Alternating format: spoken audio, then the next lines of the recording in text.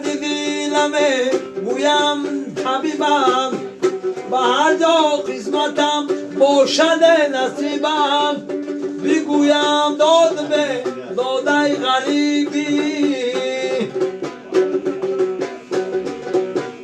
بگویم داد به داده غریبی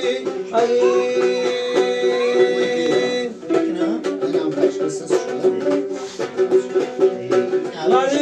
کوچه سخته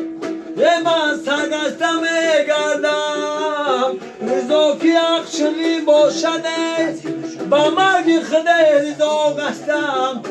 دریغ و سر دریغ و در جوانی من دل آزادم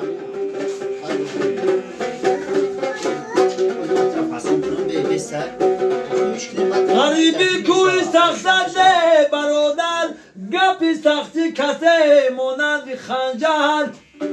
بگویم داد به داد غریبی دریغ و سر دریغ و در جوانی من دل آزادم دریغ و سر دریغ و در جوانی من دل آزادم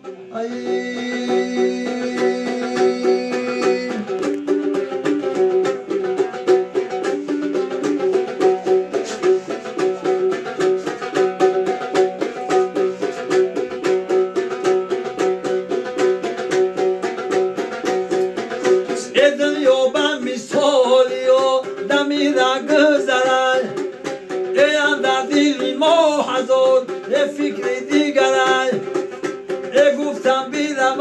سر تماشای جهانه دیدم که تماشای جهان در گذره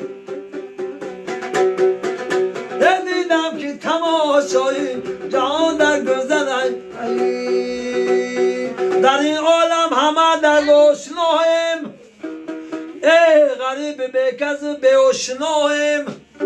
نبردارد کسی تابوت خود را برای یکدیگر در کار مایم مادر دلسوز نداری خبری من گفتی تو نکردم چی آمد به سری من در شهر مسافر نکشی جوان را آیا که کنه گور کی دوزد کفنی من در شهر مسافری نکشی جوان را آیا که کنه قبر کی دوزد کفنی من آیا که کنه گور کی دوزد کفنی من